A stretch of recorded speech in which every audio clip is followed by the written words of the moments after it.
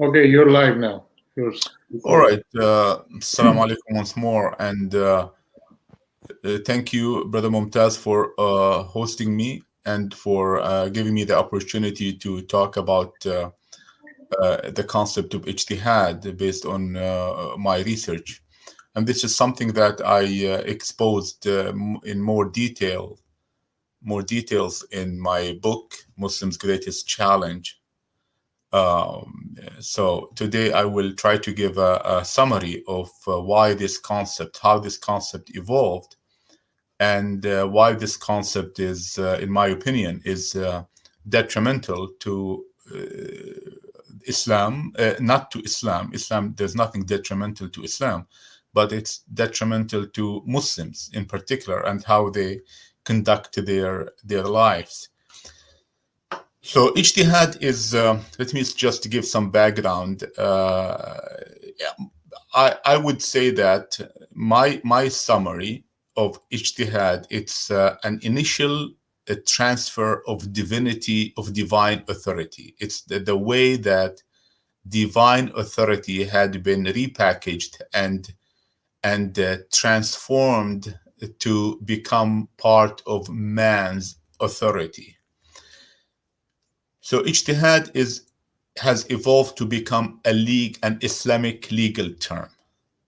And it is typically, and I will say broadly, it can be defined as referring, or it can be referring to independent reasoning, or defined as independent reasoning, or the thorough exertion of the jurist or a jurist's mental faculty in finding an quote unquote Islamic ruling or Islamic solution. Again, Islamic under quote, because I don't believe the adjective Islamic is meaningful, nor has it ever appeared in the Mus'haf, in the divine revelation, aka the Quran.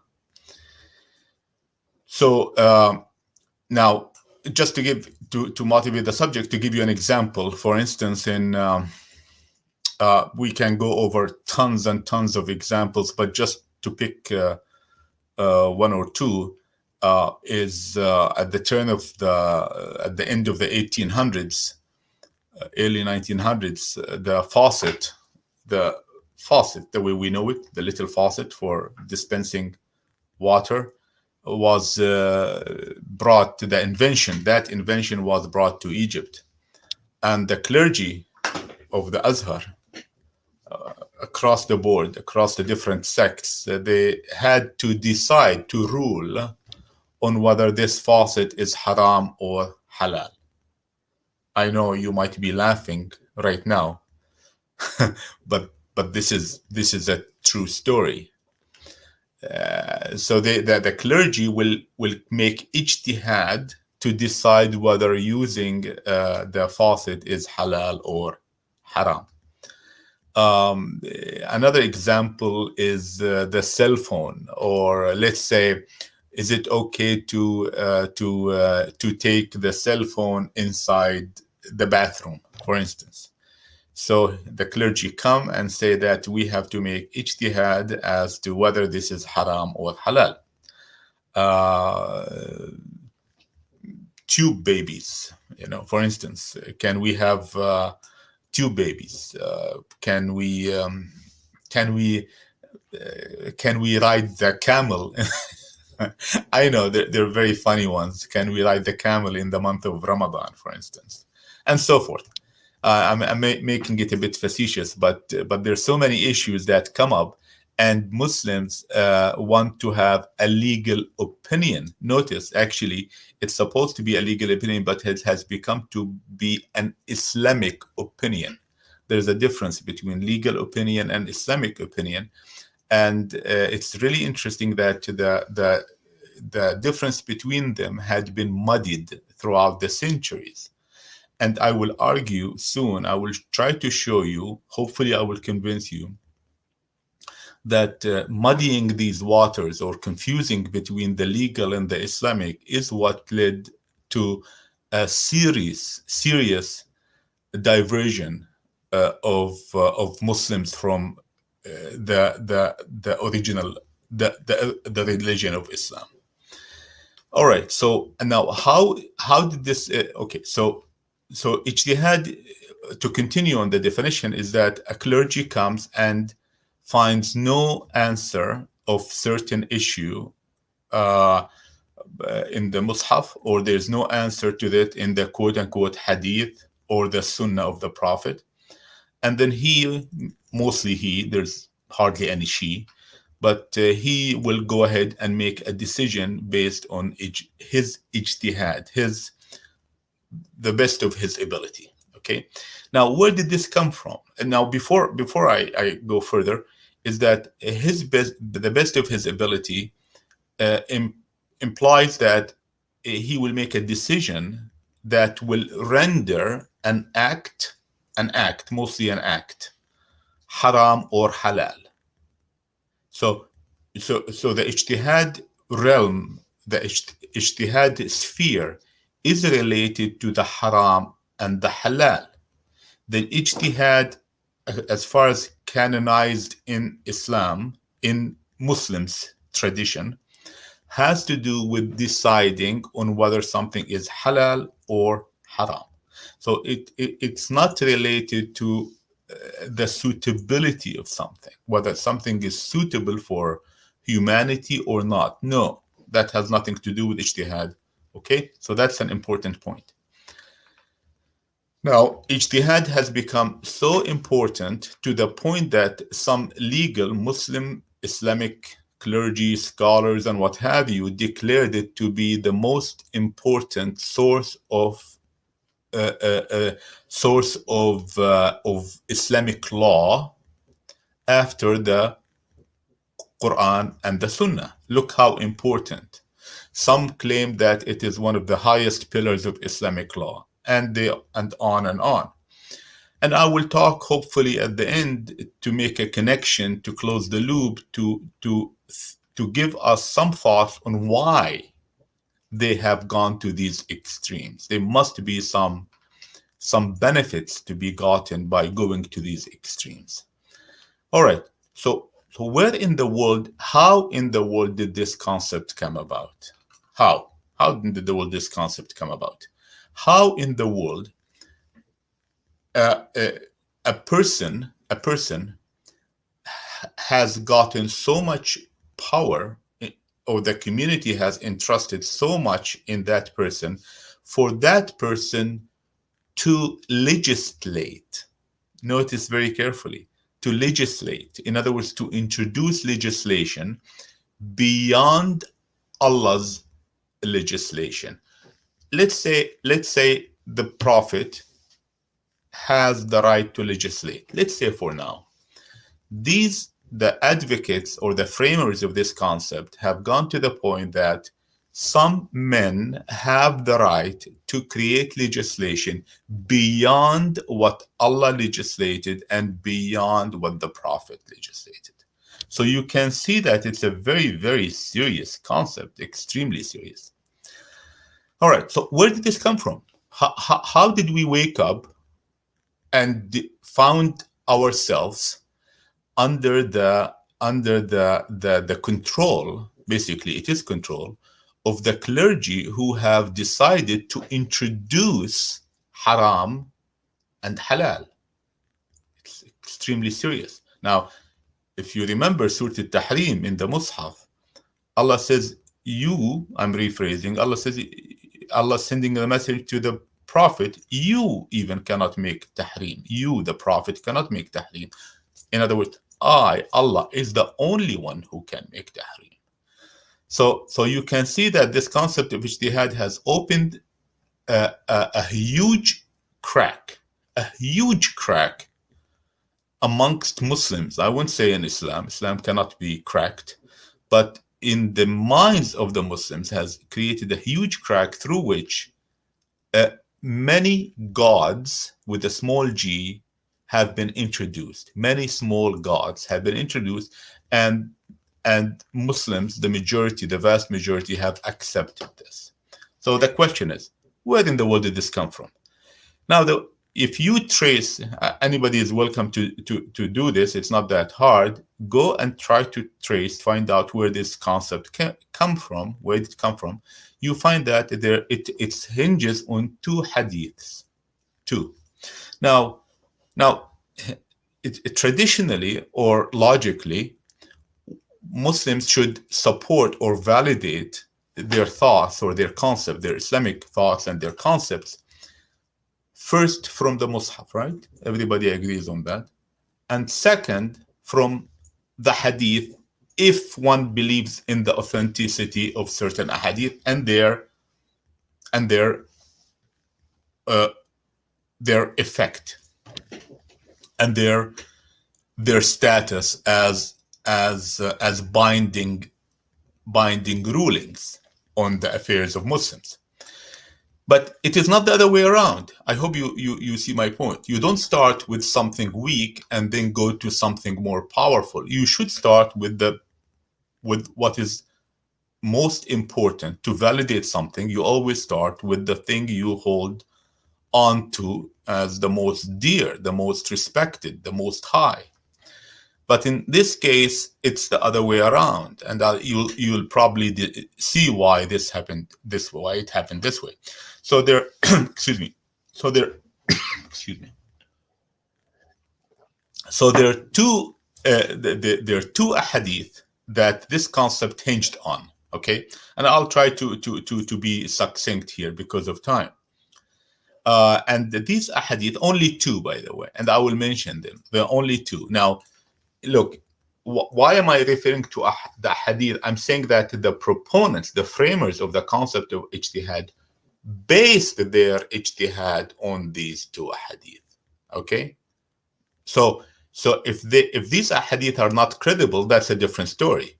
Okay, but if the framers of the concept believe in these two hadith and they base their theory on these two hadith. Okay, so what are these two hadith? The first one is that the hadith of when the Prophet dispatched one of the Sahaba, namely Mu'ad, to Yemen. Okay, he dispatched him to Yemen, and the hadith I will mention, I will read the hadith in English. When the Messenger of Allah intended to send Mu'ad ibn Jabal to the Yemen, the Prophet asked, and this is how the hadith goes, the Prophet asked him, how will you judge? Okay, كيف تقضي? How you judge. Taqdi is judge. When the occasion of deciding a case, arbitration arises. He replied, I shall judge in accordance with Allah's book. Then he asked him, the Prophet, what will you do if you do not find any guidance in Allah's book? He replied, I shall act in accordance with the sunnah of the Messenger of Allah, sallallahu alayhi wasallam. That's what he says, sallallahu alayhi wasallam, in the hadith.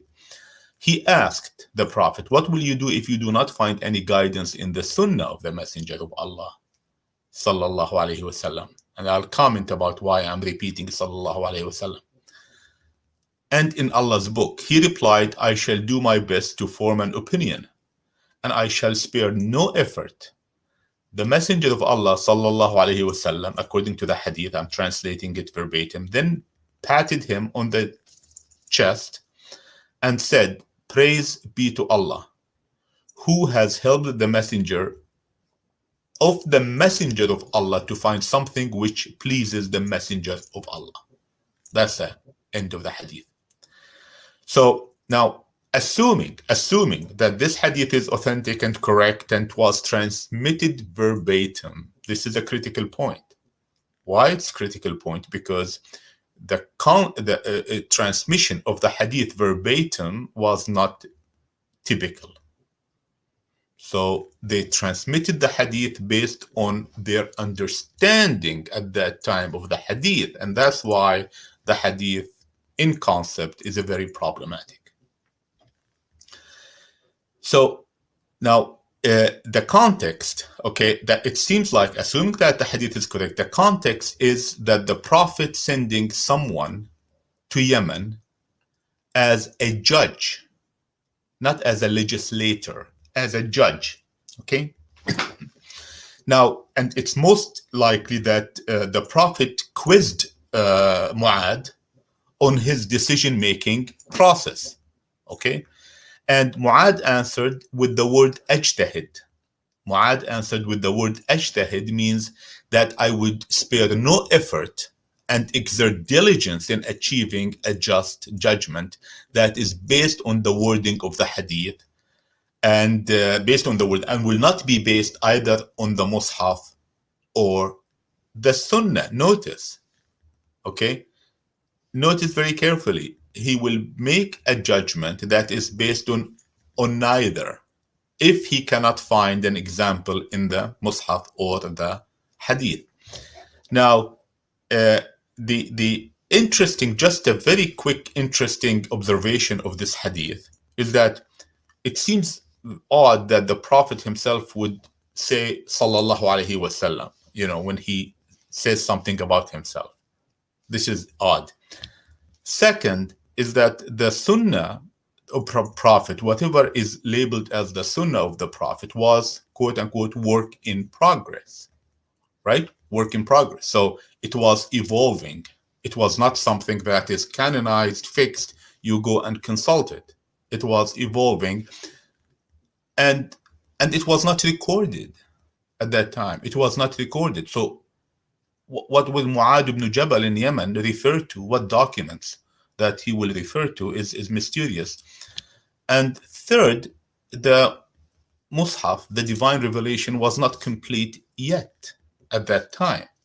The Mus'haf was completed by the time the Prophet finished his message and when he died. That was the end of the divine revelation. But anyways, so now the problem, the hadith's core responsibility here, the core theme is the responsibility, the core theme of this hadith is the responsibility of the judge and the decision-making process he or she adopts to reach a just decision. So there's, you know, as I said, there are many problems with the hadith here, but it is, I want to focus on this. It's based on making a judgment, not making a new legislation, not making it. It has to do with the legal structure, with the legal. It is structured in a legal context. It is not structured in a Islamic context. Again, on the assumption that the hadith is authentic. Two, on the assumption that the hadith is authentic and transmitted verbatim, okay, which means that the words were not switched. In other words, judging versus governing and legislating. Now, so we'll come back to this hadith in a second, but the second hadith, only two I said, right? Only this concept hinges on only two. The second hadith is in Sahih al-Bukhari collection. And this is a shorter hadith. This is Amr ibn al-As. Amr ibn al-As was a controversial figure in the history of Islam. Amr ibn al-As heard the Prophet saying, if a governor, he heard the Prophet saying, quote, if a governor makes a ruling striving to apply his reasoning, i.e. Ijtihaad, and he is correct, then he will have two rewards. If a judge makes a ruling striving to apply his reasoning and he is mistaken, okay, then he has one reward. If he is right, he has two rewards. I'll repeat it one more time. Abd al-As heard the Prophet saying, quote, if a governor makes a ruling striving to apply his reasoning and he is correct, then he will have two rewards. If he is correct, he has two rewards. If he is not correct, he has one reward. Okay.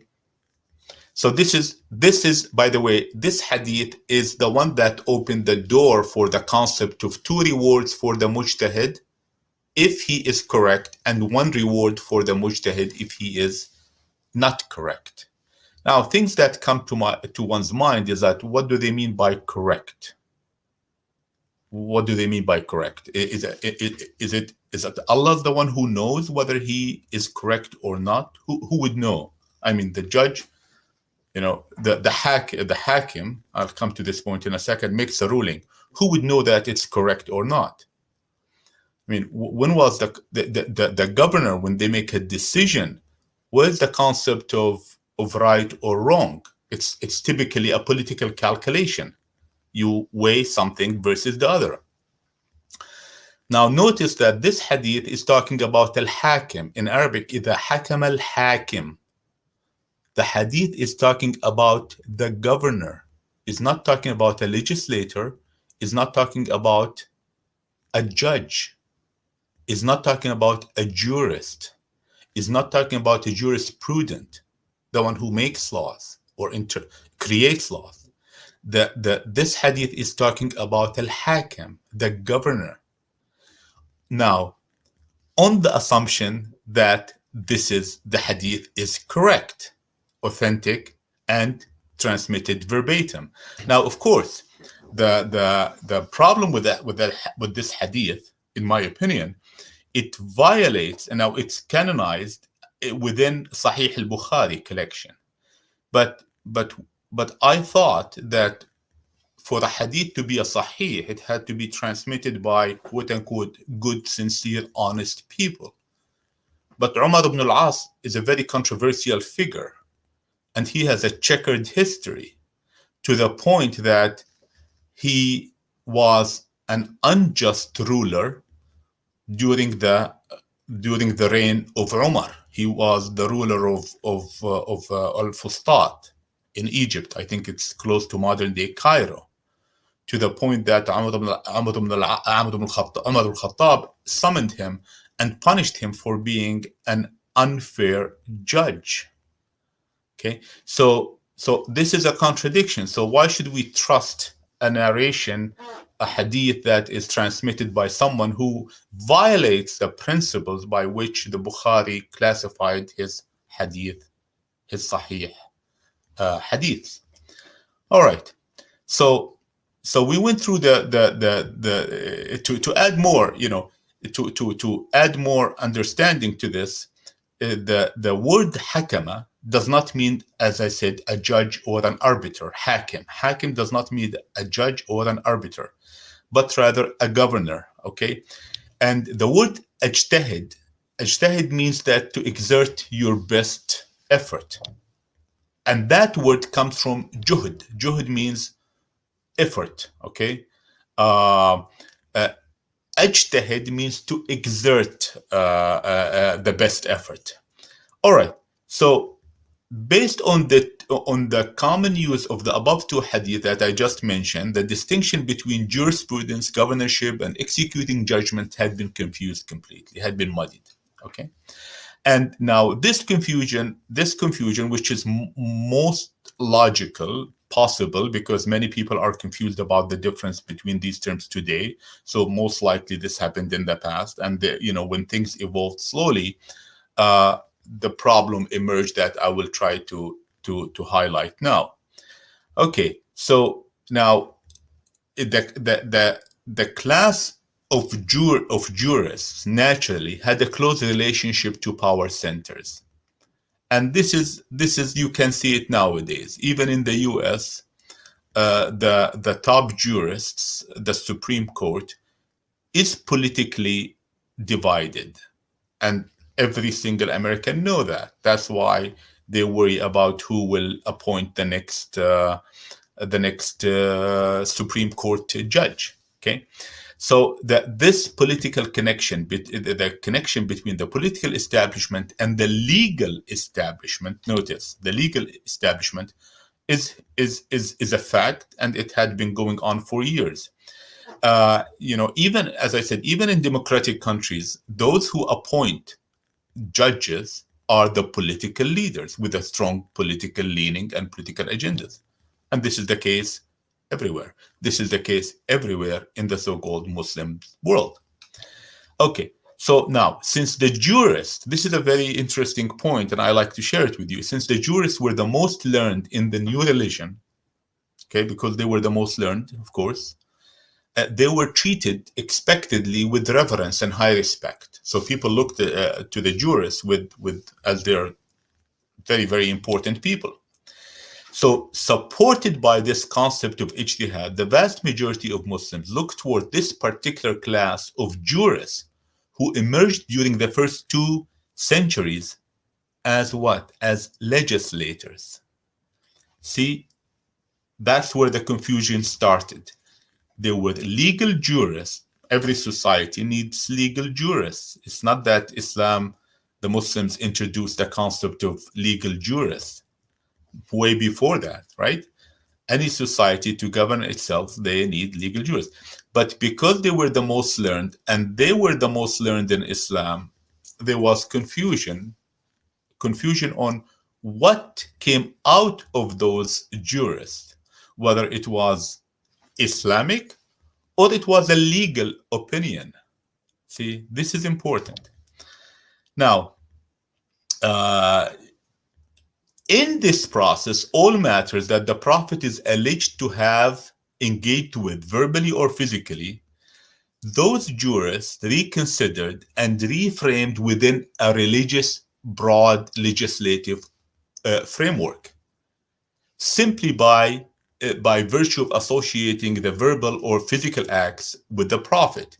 You see, this is the concept of precedence, right? We always use it in any country around the world. Jurist, legal jurist, they look for a precedence. You know, they want to rule on something, legal ruling, they look for precedence. Nothing wrong with that. It's natural, right? I mean, you know, whenever we see lawyers, they take photos and behind them, these tons and tons of volumes, they are legal cases. So they look for the legal precedence, okay? And they make a legal ruling based on that. But that's different from making an Islamic ruling, if there's such thing. So now, this reframing that I just described, in my opinion, led to the most severe damage to Muslim societies.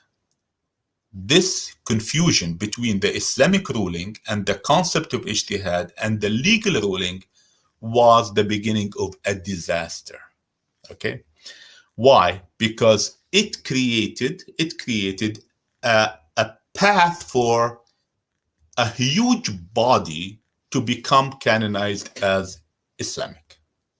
Okay. Now, if you look at the Umayyad and the Abbasid tyranny empires, despots, of course, many good things happened during those days. I'm sure, you know, many good things happened during the British Empire, right? Many good things happened during the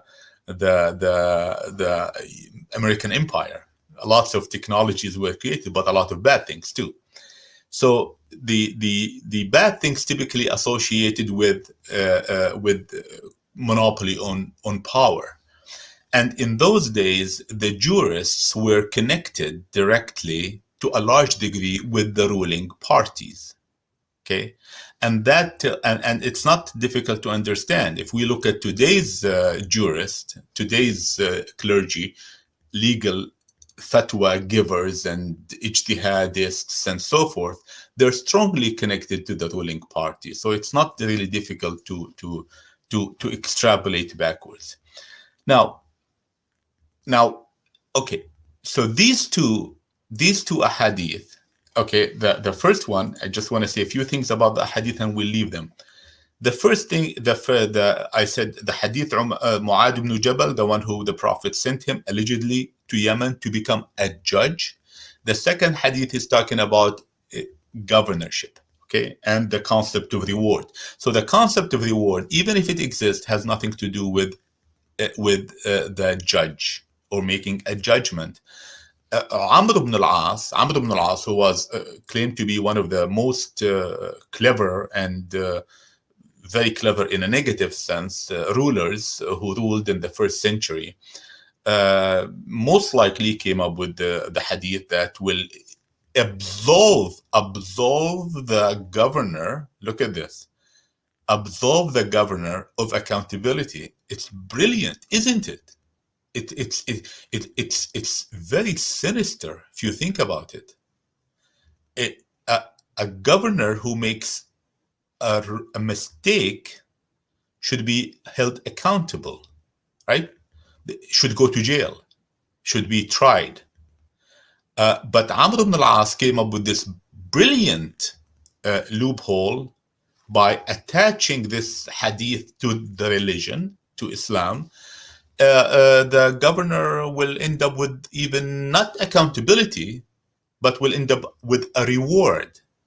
So for the governor, it's a win-win situation, whether he makes a goof, or he makes something quote unquote correct, whatever they mean by correct, he's always right.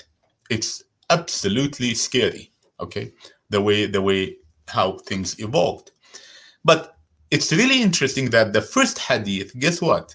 The Salafis, those who really who are staunch believers in the hadith and the sunnah, have deep respect for Al-Albani. Albani was a clergy who died in, I think, 1999.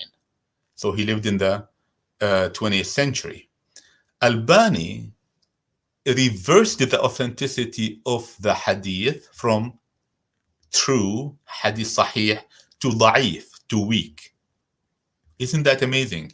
So after 1200 years from Al-Bukhari, Albani came and found, according to the framers of the Ahl Sunnah wal Jama'ah, or the staunch supporters of these ahadith, they claim that he found that this hadith is not authentic, but this hadith is weak, okay, which is amazing, which is very, very interesting.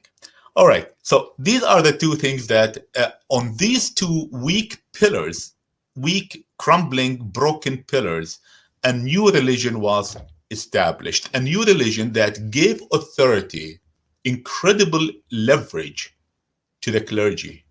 In the name of what? In the name of Ijtihaad. Now, quickly,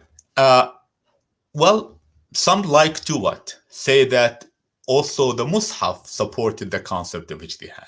Interesting. So let's see what the Mus'haf says, or let's see their argument. The framers of Ijtihaad, let's see their argument. Their argument is based on 2 verses. Some go beyond these 2 verses, but it will be waste of your time to discuss the other verses. Okay? Not waste of time. There's no waste of time to discuss any verses in the Mus'haf. Waste of time to discuss them as validity for the concept of Ijtihaad. So the first one is chapter 9, verse 122. وَمَا كَانَ الْمُؤْمِنُونَ لِيَنْفُرُوا كَافَّةً فَلَوْلَا نَفَرٌ مِنْ كُلِّ فِرْقَةٍ مِّنْهُمْ طَائِفَةٌ فلولا نفر من كل فرقة منهم طائفة ليتفقهوا في الدين ولينذروا قومهم إذا رجعوا إليهم لعلهم يحذرون. I will translate it and move on because simply there's no relevance to the concept of Ijtihaad. Okay, let me translate it. And it was loosely. And it was not for the believers to go forth all at once, for there should separate from every division of them a group to obtain understanding of the deen, okay, ليتفقهوا في الدين, and warn their people when they return to them that they might be cautious. So there's no comment. I don't see the relevance between this verse, okay, and the concept of Ijtihaad as it was created. This simply is talking about something completely different. And the second one, of course, is chapter 29, verse 69. الَّذِينَ جَاهَدُوا فِينَا لَنَهْدِيَنَّهُمْ سُبُلَنَا وَإِنَّ اللَّهَ لَمَعَ الْمُحْسِنِينَ. And those who strive for us, jahadu, strive for us, we will surely guide them to our ways. And indeed, Allah is with those who do good deeds. So again, to claim that these 2 verses support this concept that gave the clergy the power to introduce Islamic legislation is really like trying to fit a square peg into a round hole. I mean, you know, so it's one cannot go any further. Now, Ijtihad became a pillar. They turned it into a pillar of Islam. This is a very powerful loophole. So every effort was put on this loophole to make it big. Why? Because it's a fantastic loophole. How can you start introducing legislation as the ruler wishes? How can you do that without calling it Islamic? By introducing this mechanism, by introducing this instrument of ijtihad, now you can Islamize anything you wish, right? Or you can delegitimize anything you wish simply by the invocation of the clergy so-and-so made ijtihad and he came up with so-and-so, with that conclusion. All right. So now some of the major usul al-fiqh or Islamic scholars went as far as claiming that ijtihad is a fundamental source of Islamic law and third only to the Quran and the Sunnah. Some even said, and I quote, this is Kamali, the one who wrote a very well-known famous book about usul fiqh. He says, and I quote, most important source of Islamic law next to the Quran and the Sunnah. Ijtihad is the most important source of Islamic law next to the Quran and the Sunnah. All right. Now I want to discuss a very important concept in the context of ijtihad. So we always hear about this phrase, closing the door of ijtihad. I think some of you might have heard about it, and there's a debate going on amongst many Muslims on whether we should close the door of ijtihad or open the doors of ijtihad. It's a fallacious structure to start with. It's an ill-posed question to start with. Now, why? These people, the background of these people, the background were these two camps, those who want to close the door of ijtihad and those who want to open the door of ijtihad. These two camps, one of them, the ones who want to keep the doors of ijtihad closed, are classic Wahhabi, Salafi clergy, that type, okay? And many of them are even Shafi'i, Wahhabi, Salafi, Hanbali. All of these people are in favor of the so-called closing the door of ijtihad. The other camp who want to open the door of ijtihad are the more quote-unquote liberal Muslims. The first camp, they want to keep the door of ijtihad closed. What they're saying in practice, okay, in practical terms, they're saying that only the early clergy who lived the first 200 years after the Prophet are the ones who are supposed to legislate. I hope I make my point clear. See, the first camp are saying that only those people are worthy or deserving or that have the status to make this extra legislation. The new camp, they want to include new people in this game. That's the only difference between them.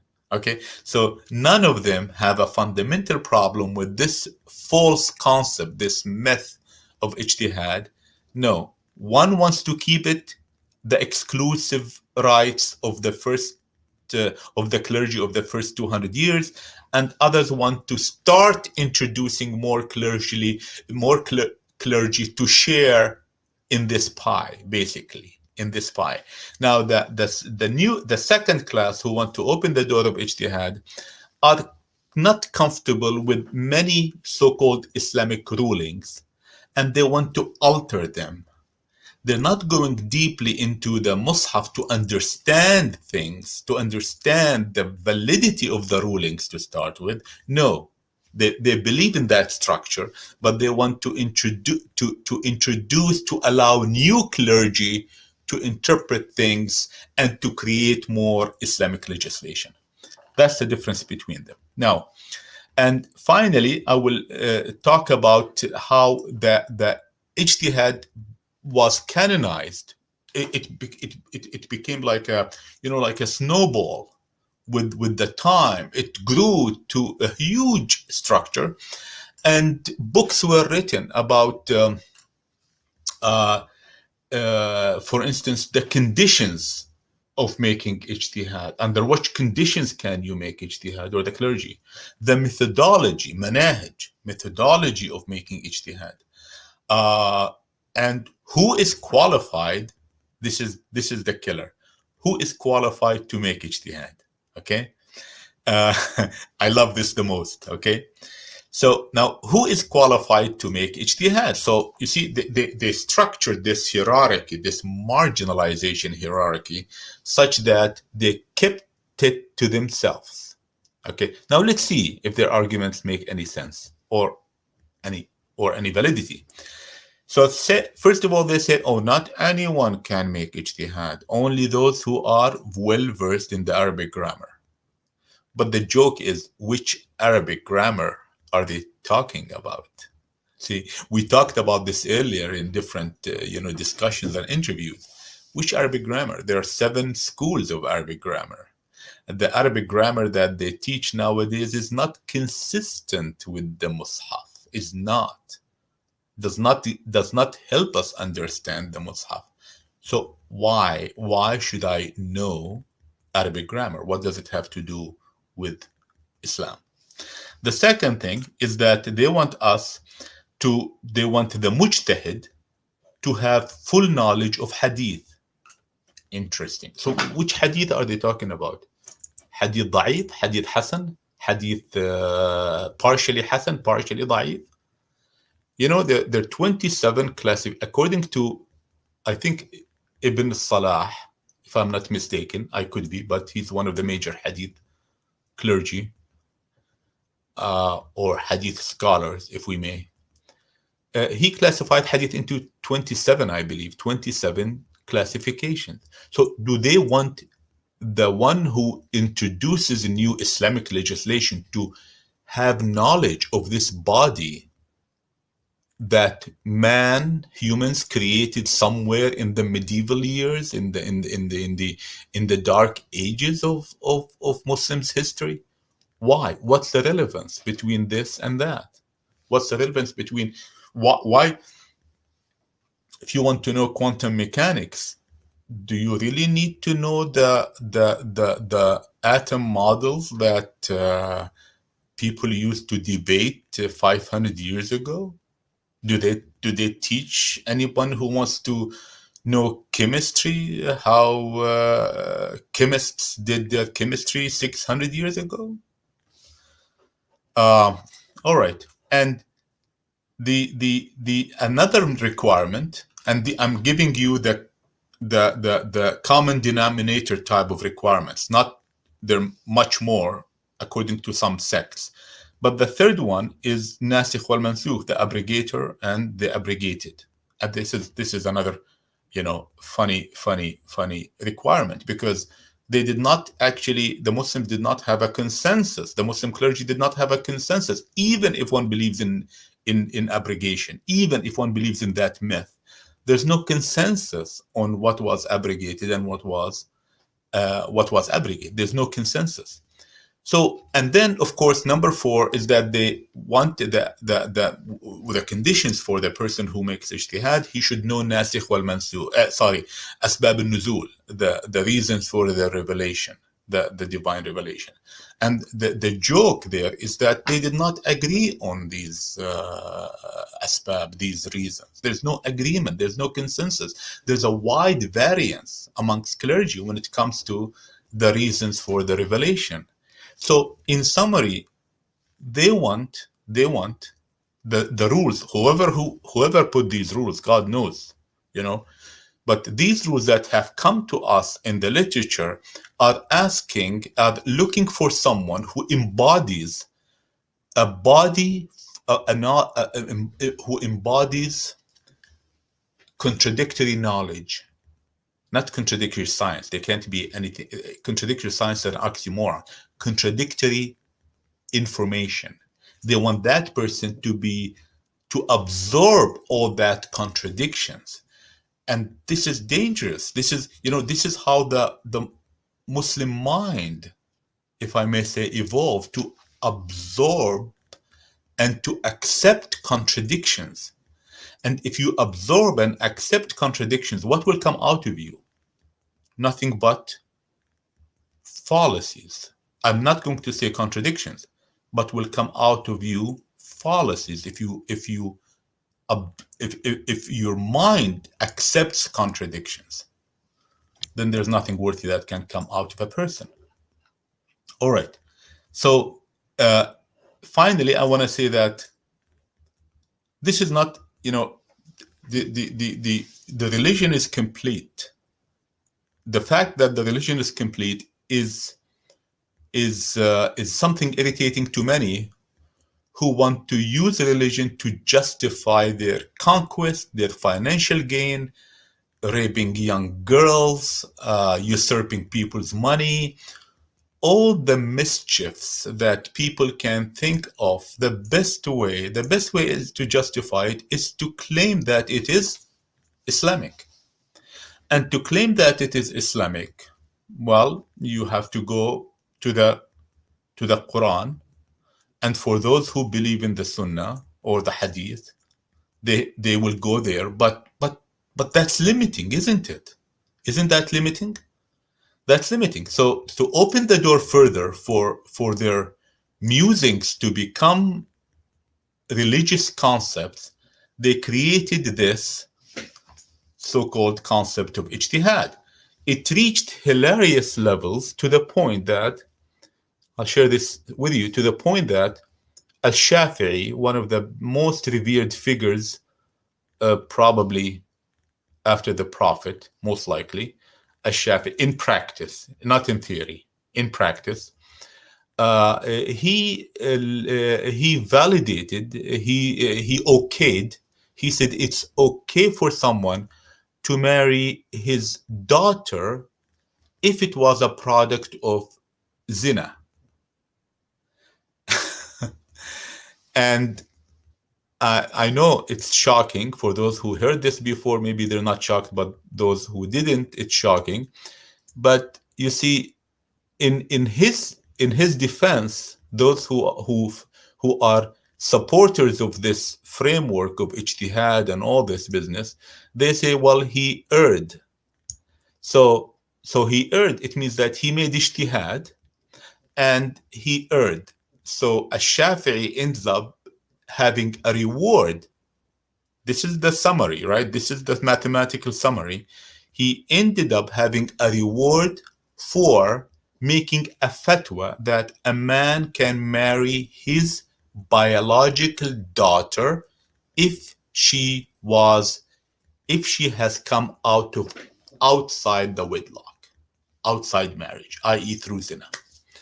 So this is one of the examples, but the manifestations of this, the ramifications, the implications are being experienced today through tons and tons of examples. I think it's better for me to stop right here so that we can actually have a question answer, if possible, with the limited time that we have left. Okay, Brother Mumtaz. Brother Mumtaz, I can hear you. Can't hear you. Thank you very much. It was a great discourse and great insight into the subject. We understand that Ijtihaad outside the Quran is totally a new thing in Deen, and it's prohibited. And my understanding is that if it is in the limits of the Quran, the decisions of daily life, So if we define Uswa Husna or Ijtihad that way, what do you think? No, you see, I think your question, I'm not sure I understand your question. Is Uswa Hasana, what does Uswa Hasana has to do with the Ijtihad? Ijtihad has to do with the ruling, with an Islamic ruling. For instance, to shake hand with a male, to shake the hand of a female. Some clergy, they say that I made ijtihad to with the conclusion that this is haram. My question is, where does it say it's haram in the Quran or in the Mus'haf? There's no way. Okay, so they have no right to make it haram. They have no right. Smoking, they have no right to make smoking haram. You see, this is the question, because if you take this rug from their feet, then they have no business. These clergy want to have a business. So my simple question is, you see, Muslims are not used to this discussion. Muslims are not used to it. I'm really sorry to say that. They want a quick fix. For instance, please tell me, is it haram to shake hand with a woman or not? No. There's the question of suitability. When we Muslims, al-amal al-salih, when we Muslims cease to connect our acts with suitability, we just want the reward, the hereafter reward. So I want a quick answer. Sometimes it is suitable to shake the hand of a foreign woman. Sometimes it is not suitable. It has nothing to do with Islam. That's the point. If someone doesn't like it, great. Okay? It's great. But this extrapolation, this is where the Ijtihad comes in. It's basically a mode of extrapolation. Music. Why Muslim clergy are always struggling with music? Why? Those who make it haram, they say based on our Ijtihad because of so on, so on, so on, so on. But music is not haram according to the Mus'haf. Absolutely.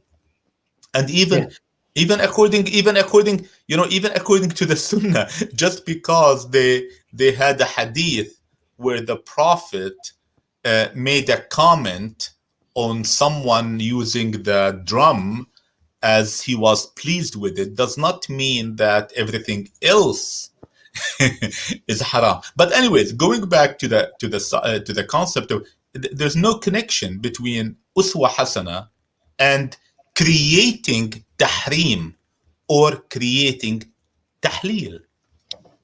That's nice. Now, there is one more point, very important, that Quran has got the limits, upper limit, lower limit, or both limits. So within those limits, a Muslim is advised to decide according to the situation in hand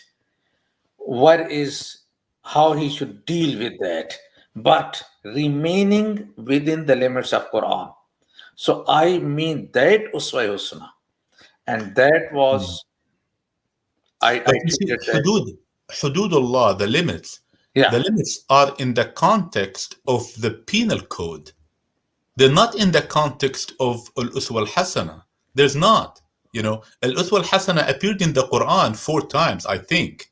And we can discuss that, but the limits, the concept of the limits has to do with the penal code, with the qasas, with the punishment. That's where not in shaking hand with a foreign woman. You see, nothing.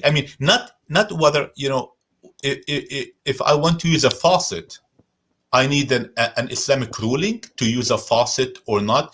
I want to use a cell phone. I need an Islamic ruling or not. It's a joke. I'm sorry, but our religion, our Muslims have turned themselves into a joke. Now, we're not used to this. We're not used to the concept of freedom. And two concepts: one, freedom, and the other one is suitability. Muslims are not the only ones who have this issue of shaking hands, for instance, with a foreign woman. I went to India, many Hindu women from a distance, they do this. They don't want to touch anyone, right? So it's a natural thing. This is a gender issue. Let's not project the Islamic ruling on every single thing we do. I know if we cease to do that, many clergy will be out of their jobs. We know that. Okay, so that's good. Any other questions? Anyone else?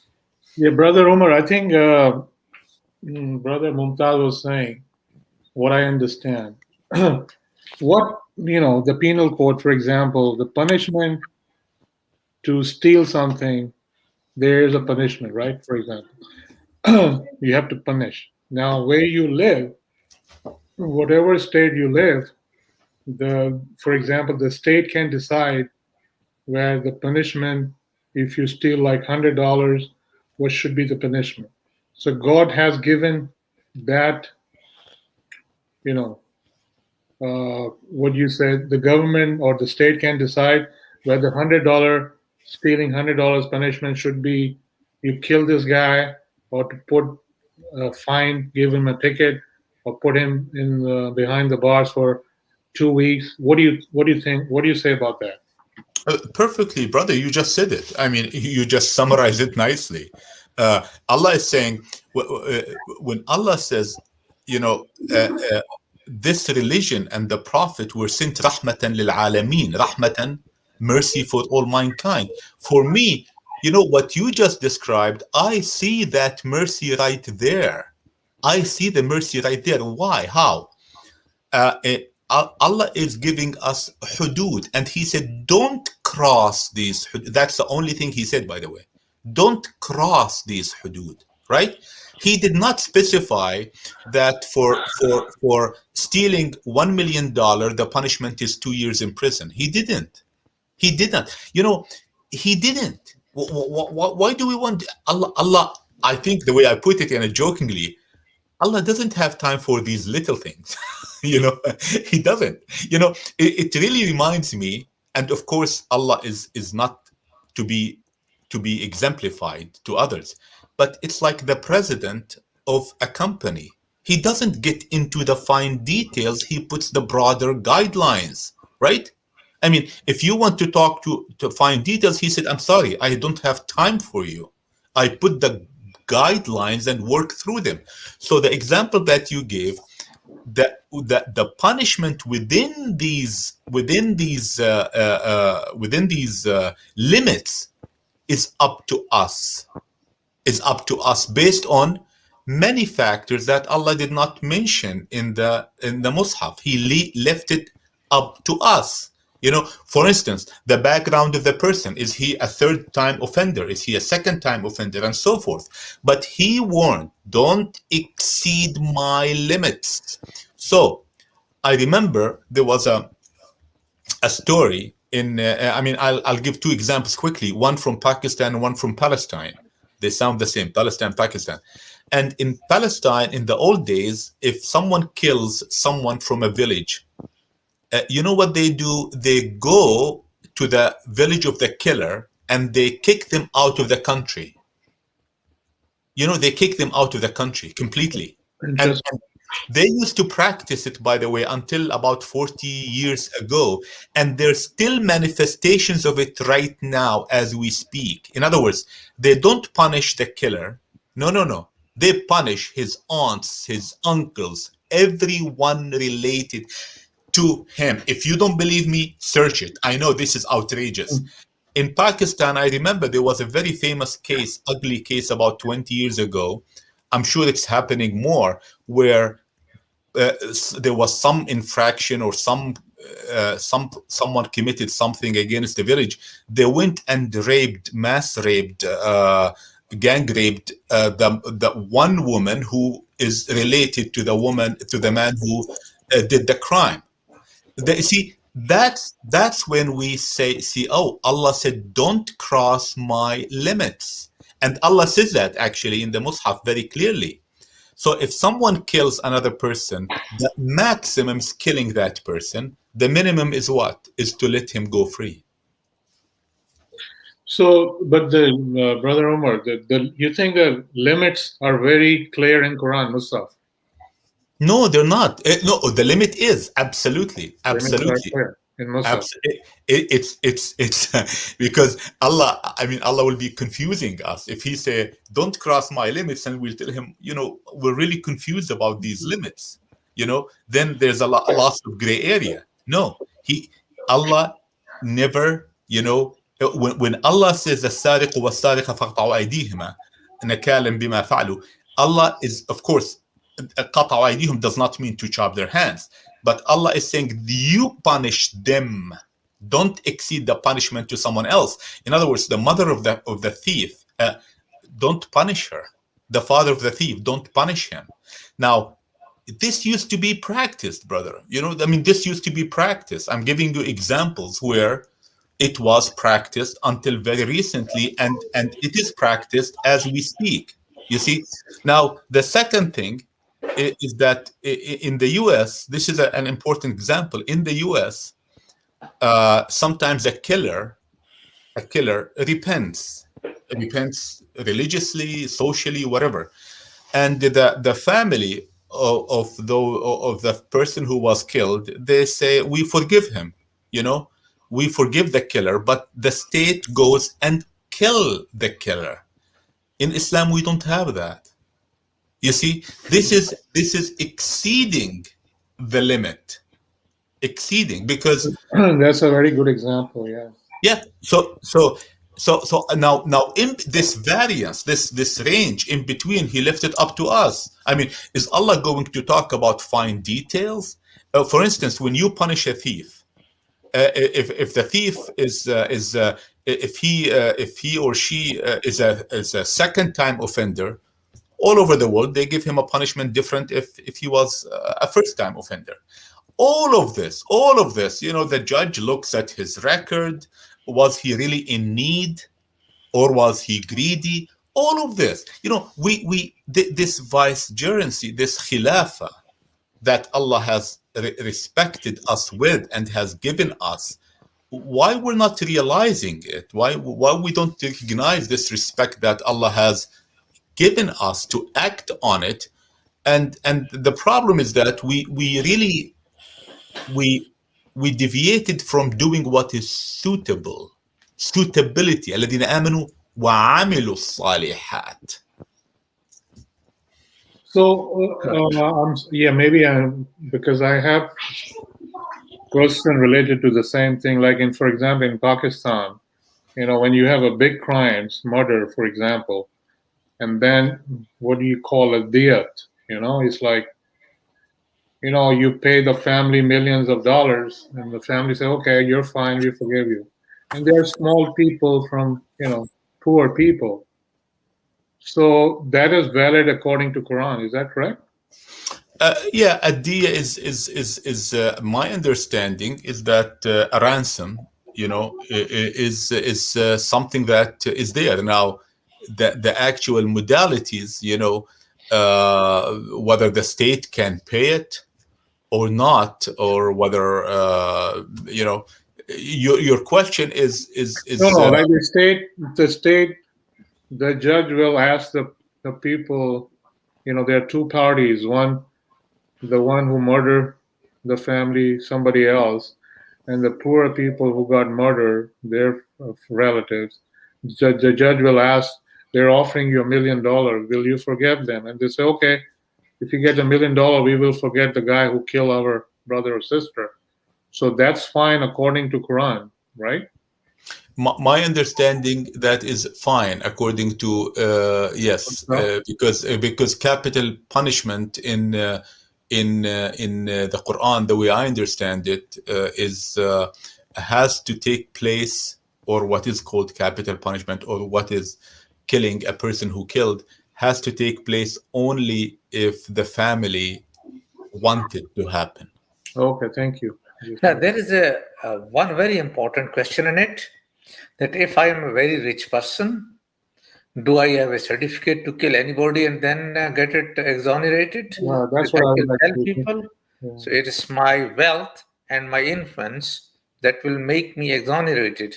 So I think Qatl Amad means intentional killing. American law is right in that way, that it is there in the Quran and it should be done. And the judge should be the state, not the people who are their dependents. So in that case, yeah. Brother Mumtaz and Sarfraz, I want to be cautious. I spoke too fast. I think you both have a point, and I have not researched it to talk about it. But the question is the fidya, the ransom. I really haven't studied this, and you raised both of you raised a very important point. It means that if someone is a is a rich man, then they can go kill left and right. Because I yes, you're right. Probably we need more research because that's what's going on in Pakistan. The Yeah. big crimes, big families. I mean, they're involved in it. Even like some Americans involved, and then they get away with that because they offer, $1 million, and they said, "Okay, we got the money. We forgive you. Thank you. That's fine." But I mean, this is interesting topic. But at the same time, if the family, if the family, I from my experience, it's not that common, but I could be wrong, for people to accept ransom for the killing of a loved one. But I could be wrong.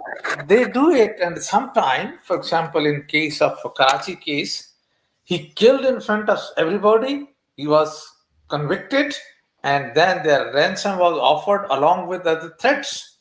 So there are many things. If he doesn't accept the ransom, then he has the threat of life and threat of all other honors and these type of things. So that way, the law is in the hand of killer. So I think there is more research needed, and we'll discuss it some other time. Faik, any question?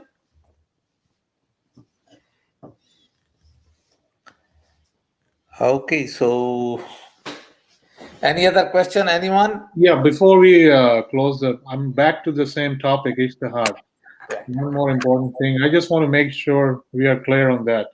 So the Musaf, the Quran does not allow you to have any kind of Ijtehaad beyond what the penal code is in Musaf. I mean, you cannot have your own laws and inject your own laws and say this is halal and haram and make anything valid or invalid and make nobody has the authority to do this. Is that correct, brother?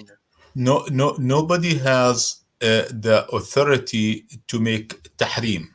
No one has, no one has the authority to say that cigarette is haram. No one. No one has the authority to say shaking hand between a male and a female is haram. No one. Absolutely no one. Does that mean if something is not haram, we do it? See, this is the problem that many Muslims are in, because they have lost agency.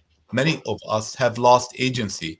We just want a binary lookup table: haram, halal, haram, halal. So we don't think what is suitable anymore. So yes, we cannot go. We can say that you see, if I tell someone cigarette is haram, I mean, that person will be curious, and if he's not that committed, let's say he's not that committed Islamically, he will take every opportunity to enjoy a cigarette, right? But if we drop this thinking, this mindset, and say that cigarette can kill you, it will destroy your lungs, it can destroy your digestive system, and that's a different story, then I will be more effective in that way and more useful to my society than to say it's haram or halal. But to say, first of all, I have no right to say it's haram, no right, and everything else, everything in the world that is not specified as haram is halal. That's it. So, but this allows me to do some homework, which many people don't want to. You know, a clergy sitting in an ivory tower and checking out some leaflets and flipping out some papers makes a decision about what? About cigarettes? What right has he to do that? It needs a decision that comes, it needs a nahi decision. Nahi. It's nahi means a recommendation not to do. You know, there's a difference. You know, the Quran has tahrim, mana', nahi. A recommendation not to do. That, you know, the famous example, the doctor makes nahi, yanha, said don't smoke. The city here at the university where I work, it's mamnu', mana'. Right, prohibit. Smoke. You cannot, otherwise they'll put you, they'll fine you, or if you do it, they'll take you to jail, right? So we lost the concept of fatwa and ijtihad and all of that deprived us from doing what is suitable, and it needs some work to do what's suitable. I think, Brother Umar, what I observe, the dangerous thing, that what we call a dangerous game going on is they do ijtihad first of all, which is not allowed, and then they make part of Musaf, like Quran, that is coming. It sounds like, well, sometimes they do that is a part of the, guidance from Quran, even though it's not. And this sounds like what they're doing. They're trying to make some rules and laws, and then they're trying to inject something and say, well, this has been going on in, for a long time, and that's how it is, and you should follow that. And sounds like sometimes the people, when they follow those ulmas and scholars, they think, that they're fine what they're saying, and it has to be the part of Quran. That's why people get confused. I think that is the game, or what I call something dangerous going on. I mean, yeah, I mean, we talked about some minor issues, in my opinion, but there's some major issues that has to do with politics, governance, money, marriage, and all of it. It's based on ijtihad. You know, people can. The question is, we cannot accept addendum, an appendix to the religion. Otherwise, the religion was not complete when the Prophet died. You know, we either accept the fact that the religion was complete, or we accept the decision that it was not complete, right? If the decision was complete, then there cannot be anything, quote unquote, Islamic after the Prophet died. We cannot, as simple as that. But you see, but the rulers didn't like that, because how can I inject things? You know, how can I justify violence? Look, how can I justify violence if I were to believe that the Quran embodies the religion or the Mus'haf and that's it? How can I justify violence? So through these instruments of ijtihad and ifta, we don't have time to talk about ifta today, but it's very similar. They inserted these huge loopholes. I mean, I give you the example of a Shafi'i. You know, I mean, imagine he said it's okay to marry biological daughter, you know, and this is not a secret. You go on the web, just put Shafi'i marrying daughter. It's unbelievable. Yeah, it's unbelievable. And you know what? Instead of him being held accountable, guess what? He got a reward. Now, that's one thing. Then they added this reward to a governor. So the governor de facto is free of accountability. You know, the governor is always getting a reward, no matter what, at least a reward. You know, these loopholes, I think it's one of the most, this ijtihad is one of the most dangerous loopholes that have devastated Muslims. I wouldn't say devastated Islam. Islam is there with us or without us, but it devastated Muslims. You see, Muslims started justifying violence. You know, can you believe it? Muslims started justifying a violent coup. Do you know that in the Muslim literature, there's a justification for a violent coup d'etat? You know how? You should, according to them, according to their ijtihad, you should give allegiance to the ruler irrespective of how he got to power. Right. Now tell me, what is the conclusion? The conclusion, if I get to power by hook or crook, or, I mean, hook or crook, how can you get to power by hook or crook? You get to power by what? By violence, right? Right. So if you succeed in your violent overthrow of a government, guess what? You deserve allegiance. Amazing. I mean, Amazing. you know, from at the social level, I just gave you an example. At the social level, marrying someone's daughter is disaster. At the political level, it's disastrous. At the economic level, when they played with inheritance, it is disastrous. Where is all these three disasters, just samples of disasters, come from? They came from this parallel religion. Through what? Through instruments such as Ijtihaad, Ifta, and so forth. So you Do they? think that like those the you know, I keep hearing that they're injecting more pillars to Islam. Like before it's 3, 4, 5, Yeah. 6, and now they're talking about 8 pillar. So you think this is coming from all from Ijtihad? They keep adding pillars of Islam. What's going on? Yeah, you see, first it was the Mus'haf, right? The Quran. And then they added the Hadith, okay? And then they added Ijma', right? And I wish we can talk about it in a future meeting, Ijma'. And then they added Al-Qiyas, okay? Uh, and then after that, they added Al-Qawa'id, you know, Al-Qawa'id al-Shar'iyya. I mean, we don't have the time to go through these all of them, but it's hilarious. I mean, the problem is not those who create these loopholes. Typically these loopholes come from people who want to have control and power. Okay, typically from those who have dominance and they want power, and they can get the power through association with the political system. This had been traditionally the case.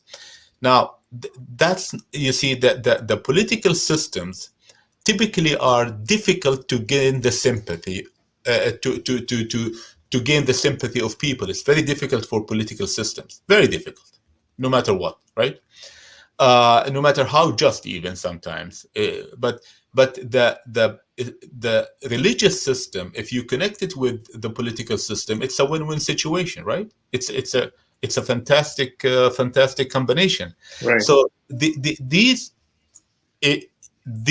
instruments have been created to give power to the essentially the ruling elite. But the ruling elite needed the legitimacy from these instruments. And so the problem is not these two groups, the ruling elite and the religious elite. The problem is the people who accepted this. That's the problem, is that those who said, oh wow, you know, I'll just follow, this is a religion, instead of saying, wait a minute, you know, why we revere someone who made a huge goof like a Shafi? Why should we revere him? Why should we revere someone who has so much racism in his literature?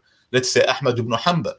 Why should we revere him? Why should we revere someone, for instance, Al-Qaradawi, who is like a small god to many Muslims, who lives in Qatar? Why should we revere him when he transgressed against Islam by writing a book, Al-Halal wal-Haram, in which he outlines tons of acts that he classifies as haram? What gave him that authority to do that. You know, he wrote an entire book, and he goes to so many details about what he believes should be haram.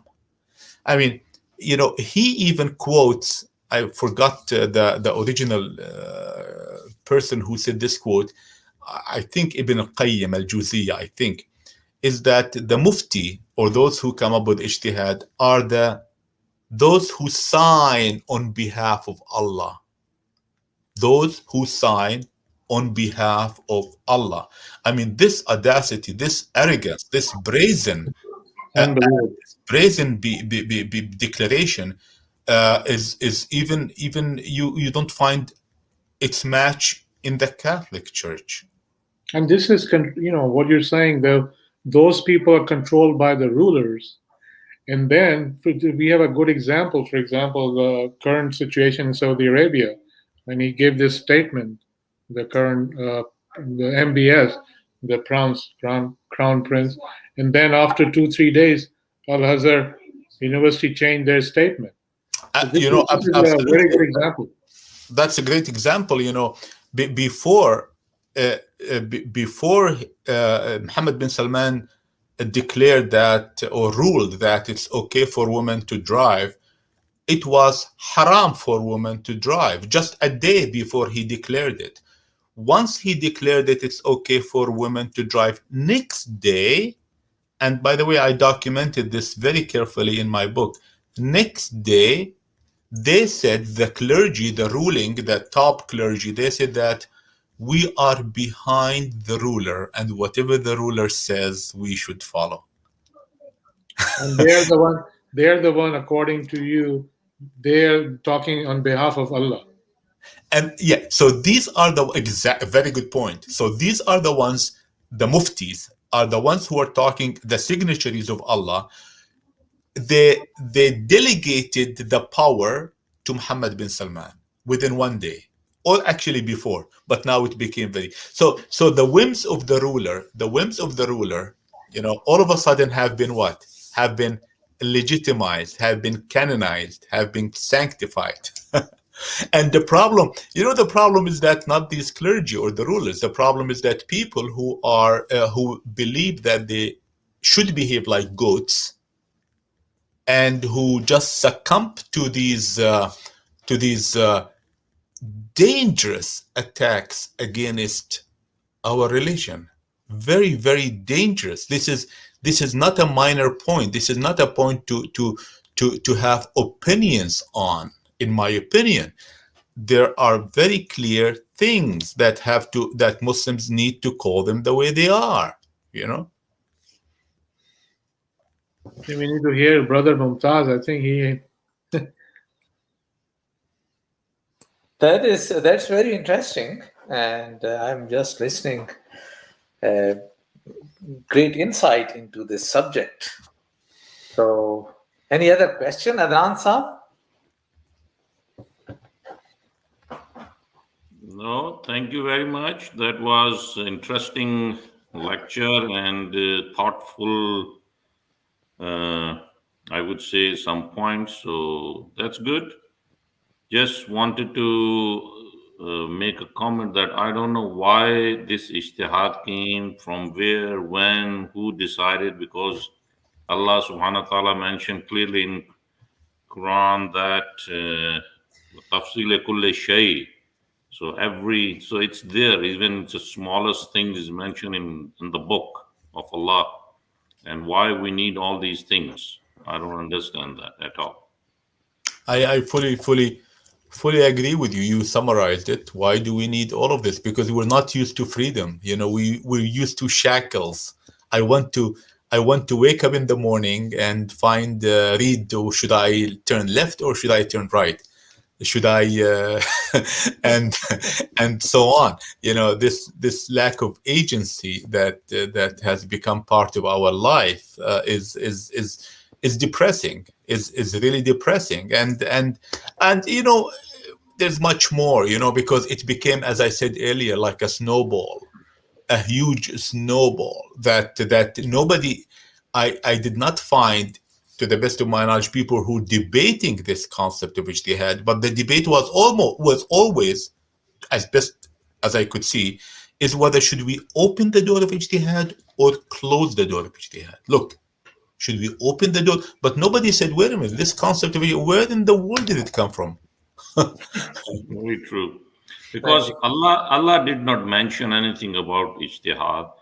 Our Prophet did not mention anything about ijtihad. So why we are following those things? Why we have to follow those things? Because it's a loophole. Yeah, it's clearly mentioned in Surah Bani Israel. وَلَقَدْ صَرَّفْنَا الْإِنسَانَ فِي هَذَا الْقُرْآنِ مِنْ كُلِّ مَثَلٍ. So if Allah has mentioned everything in Quran, why we have to go and find and ask the people? Maybe, sorry to say, but Allah forgot to mention anything in Quran. Yeah, and you see, exactly, very good point, brother. You know, if he did not mention something, then we should not make it Islamic. That it's as simple as that.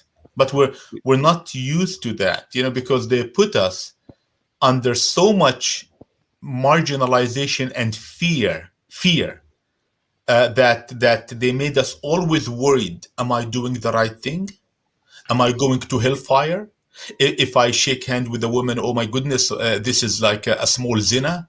If I do this, if I do that. So this culture of fear is I think part and parcel and part of the package of this intrusion through under the pretext of ijtihad and fatwa, intrusion in our life. I'll mention you a very interesting example. I was researching recently. I came across a fatwa by this group of scholars. They call them Rabat al-Alam al-Islami or something. Not Rabat al-Alam, sorry, not the Muslim League. Ijtihaad al-Ulama in Qatar.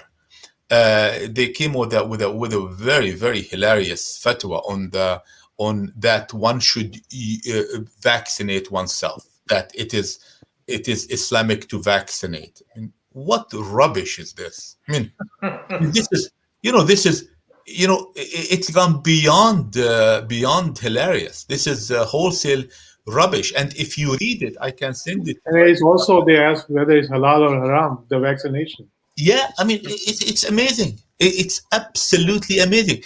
And another interesting thing about the same group is that they're not, look at, this is lovely. I'll share it with you. They're saying that you cannot have demonstration against the ruler.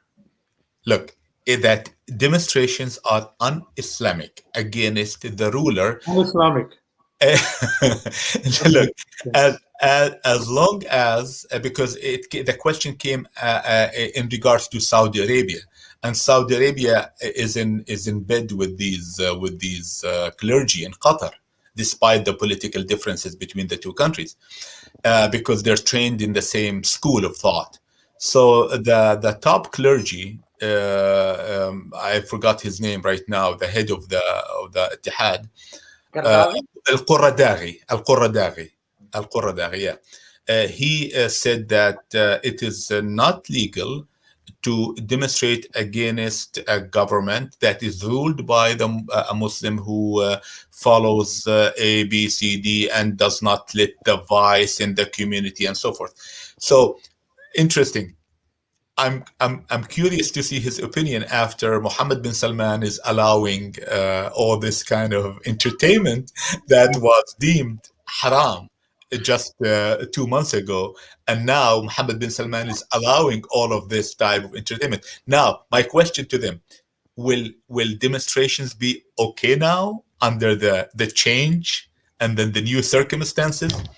It's just it's a true story, but it's a very funny story. Interesting. I just wanted to mention a couple of references from Al-Quran. These are Surah Tawbah, verse number 31 and 34. If you can check that one later on, you don't have to check now, maybe later on. Allah has mentioned that اتخذوا أحبارهم ورهبانهم أربابا من دون الله. So that leads to the same, that they have made their scholars, or their whatever you can call them, Robanan and Arbab, they have made them Arbab other than Allah. And then in Surah number 34, Surah Tawbah, ayat number 34, Allah has mentioned, Ya ayyuhallazina amanu inna kathiran minal ahbari wa rahbani la yakuluna amwalan nasi bil batil. So see, so these are the scholars who think that the ijtihad is must. These are the people, they are putting extra things in Islam which are not required and not mentioned by Allah and His Prophet. So it's mentioned in, if we can get everything from Quran, fine. And I believe this is very important thing, which I believe that Allah has mentioned in Quran only those things which He wanted to tell us. This is very important. This is what I believe. If there are other things He didn't want to tell us, so He did not mention in Quran. Fully agree with you. That's the summary. Exactly. Absolutely. I mean, absolutely. These are the broad guidelines, and everything else is up to us. And then at the end, the individual taqwa comes in. How you guard yourself. That's it. Finish. And then, because individual, we have to answer ourselves, our deeds to Almighty, not what other people are doing. We are not worried. We should not be worried about that. Well said. Thank you. Well said. Great. So thank you, but that was good. I appreciate it. Good. Thank you. Okay, brother. Highly appreciate it. I think there is no further question. If anyone has, please speak out. And we will conclude the meeting. It's already 2:00. So that was a great, and the recording will be available to all once it's available from Brother Sarfraz after editing. And the people who could not attend the meeting today, they will be able to access to the recording. So thank you very much. Thank you, brother. Thank you all. Thank you. Assalamu alaikum. Assalamu alaikum. Alaikum assalam. Brother Sarfraz.